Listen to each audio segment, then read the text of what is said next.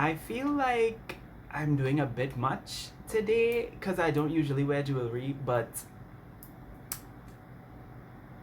feast your eyes, enjoy the view. Hi everybody, hope you're doing well. My name is Saajid, welcome back to my channel. Today's video is going to be a chatty discussion video because I didn't really plan this video. I'm just going to do it off the top of my head as I usually do.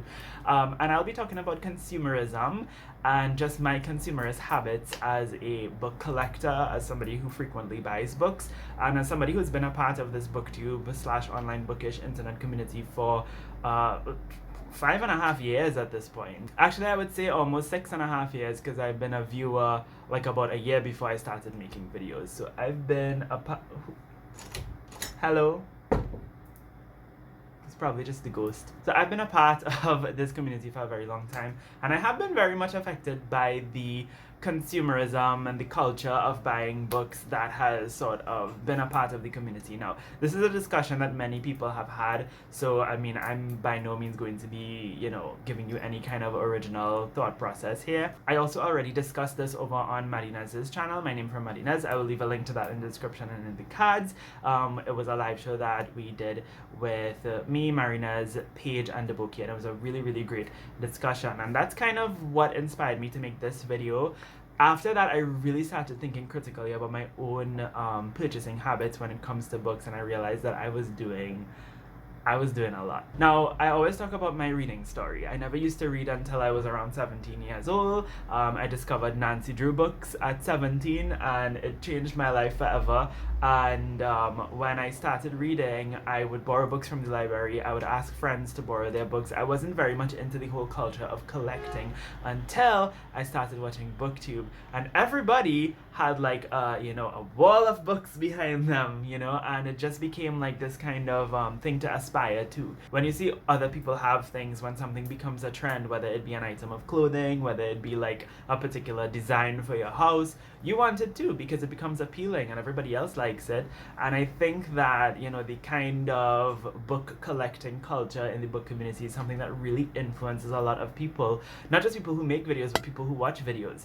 You turn on the video and you see these gorgeous shelves, stacked with books to the brim, and all these little items and swag and Harry Potter ones and all these different things, and it's like you want that too, and I think that that's what happened for me. I saw that and I wanted it, and then I started to build my collection. And a lot of the reason, and I had to kind of like admit this to myself, a lot of the reason why I started to build a collection wasn't just because I wanted to read all of these books, but because I wanted to fill my shelves, right? Of course, with books that I had every intention of reading. I wasn't just buying a book and knowingly deciding that I would not read it. I obviously had every intention to read every book that I buy, but that obviously didn't happen, and that leads me to the second point, right? You end up buying all of these books, you end up accumulating all of these books on your shelves, and the time passes and you lose interest in some of them because the novelty of the book, no pun intended, kind of fades away after a while, right? I was just thinking about something the other day. There's a couple books that I really, really want to read. There's The Memory Police, The City We Became, 13 Names of Night, which comes out this month. I am really, really interested in reading all of these books, and I was tempted to buy them recently, and I decided not to because I have such a huge TBR. And I was like, I don't need to be buying 3 more books to add to my already big enough pile of unread books. But part of my fear is that I'm afraid that if I don't buy these books, I'm going to lose interest in them, and then I'll never read them at any point in my life. So I have to get them in my collection so that I could eventually read them, and that's always been my logic. It's just this really weird thing that I do, and I actually thought of an example of that recently, and this kind of helped me through my thought process. I was thinking about The Miniaturist by, I think it's Jessie Burton, and how much I wanted to read that book so bad when it came out. I was like, this book sounds so good, it sounds so fun, it sounds so up my alley. I really, really wanted to read The Miniaturist, and I never got a copy. I never got around to buying a copy. I never saw it in the stores, so I just never got around to reading it because I never got my hands on a copy to add to my collection. And then eventually, like a year passed, and I just I didn't care to read it anymore. Like, I don't really think that it's something that I might enjoy. Even if I would enjoy it, I just don't really care to read it anymore. I could also say this for books like The Hating Game by Sally Thorne. I really, really wanted to read that when it was being hyped up, but I didn't get around to buying it, and now I just don't care to read it anymore. Because I want to read, let's say, The City We Became so bad right now, I don't want to lose my desire to read it. So my thing is that maybe I should buy it so that I could read it sooner rather than later. But then comes another problem, which is where I will put it on the shelf and then I wouldn't get to it for months and months, and then I start to lose the interest and the novelty of the book wears off, and I no longer care to read it anymore, and it's just sitting on my shelf unread, and serving no purpose in my collection, really. And that's why I end up unhauling so many books, because I buy these books, I'm interested in them when I buy them, but then I just take too long to get to them and then I lose interest. Obviously there are, the exceptions to that. I buy a book and 4 years later I get to it and I love it and I'm glad I didn't get rid of it, but in a lot of cases it's also a matter of, I've had this book for 3, 4, 5 years, why am I still holding on to it? It's time to let it go, because I'm just not going to read it. I have no interest in reading it. If I read it when I had bought it, that would have been great, because I would have read it back at the time when I was interested in reading it. But I let that time pass. And so what I kind of had to learn about myself too is that my reading pace is very, very slow. And y'all would know that if you watch my channel, right? I read like 0 to 5 books a month. That's my average. 5 books if it's a good month, honestly, let's be honest. But when I really check back, I buy like maybe 40 to 50 books a year, which doesn't sound like much to some people. I know some booktubers who buy like maybe 15, 20 books a month, which is a lot for me, but it's not a lot for them because maybe they read 15 to 20 books a month, so it matches their reading pace. For me, I can't be buying 50 books a year when I only tend to read around 30 books a year. It don't make sense. And a lot of the time, I end up reading books on my Kindle, I end up reading books that I don't own, that I borrow from the library. So let's say like around 18 to 20 of the books that I read are books that I physically own. And then I buy like 50 books in that same year. That's not making any sense. That's why I have such a huge collection. I just counted my TBR books and I have over 70 books on my TBR, which might sound like a lot to some people who read like 50 million books a year. But for me, that is like 2 years worth of reading. For me, that's 2 to 2.5 years worth of reading for me. Think about that. Let that sit in. So I kind of had to come to a really hard conclusion recently, which is that I need to go on a very strict book buying ban from now till maybe the end of 2021. Which is not something that I wanted to do, because there are books that I want to get, there are new releases that I want, but I have to kind of figure out a way to get a lot of these books off of my TBR. My first aim is to maybe do an unhaul, probably sometime around the end of the year. Right now I'm just not really ready for that, but maybe sometime around the end of the year I am going to do an unhaul where I get rid of at least 10 books off of that TBR, because it's a lot, first of all. And then the next thing that I want to do is I want to spend next year reading the majority of the 50 to 60 books that remain on my TBR. I really, really want to spend that time reading out all of those books, because it's ridiculous that I have so many books on my TBR and I'm just not reading them and I'm buying new books. It don't make any sense. So my goal next year is to go on a book buying ban, with the exception of if I have to buy a book for school, or if I have to buy a book that I already read but don't own a copy of. And the third set of books that I will allow myself to buy are particularly those new releases that I really, really, really want to read. Y'all know I love me some YA contemporary Muslim stories. Like, it's kind of like one of my favorite things to read. And all of my favorite YA Muslim authors are coming out with new books next year. Sabina Khan, Tahira Mafi, S.K. Ali, Adiba Jaigirdar. And I want to read all of them. I literally want to read all of them. So I'm going to allow myself to buy like maybe 5 to 10, maybe 15 if I'm pushing it, new books to my TBR next year.